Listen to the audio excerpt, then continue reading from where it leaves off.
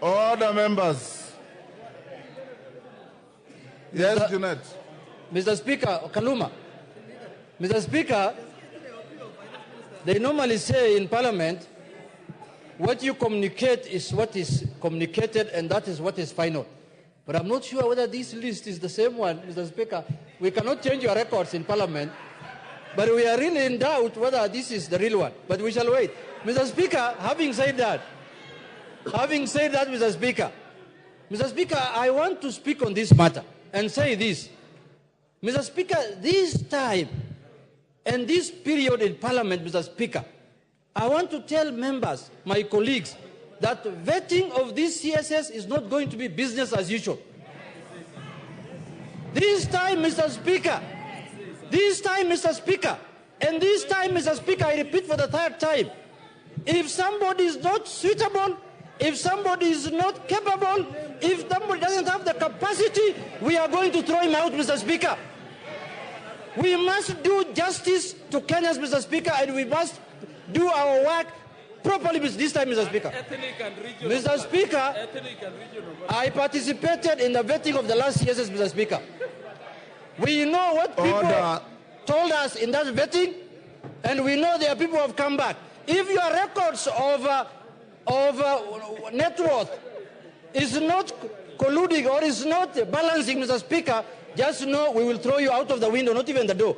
Mr. Speaker, the responsibility of making sure who is suitable and who meets the requirement of becoming a CS is vested in this House, Mr. Speaker, through the Parliamentary Approval Act.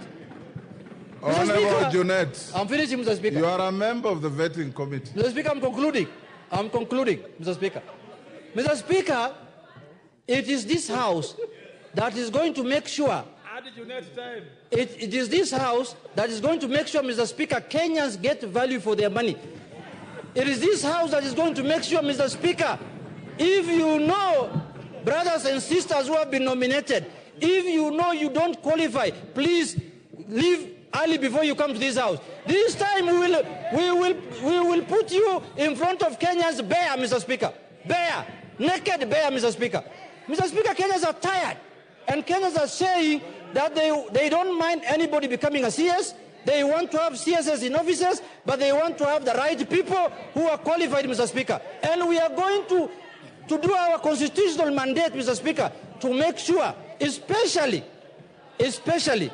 for those who are in offices before and who have been brought back, you will see what we are going to do to you people, Mr. Speaker. With those few remarks, Mr. Speaker, I am prepared in the vetting committee to kutana na hiyo watu mundu kumundu. Thank you. Yes, Kamket. Remember, honorable members, we don't debate communication such as this. Yes, Kamket. Thank you, Mr. Speaker. Mr. Speaker,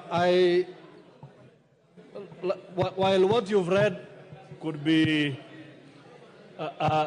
contradictory to what we heard the President announce, well, I would like you, Mr. Speaker, to confirm, indeed, that what you've read is actually what was communicated by the head of state. Number two, Mr. Speaker, I have heard the Honorable Junet threatening those cabinet nominees.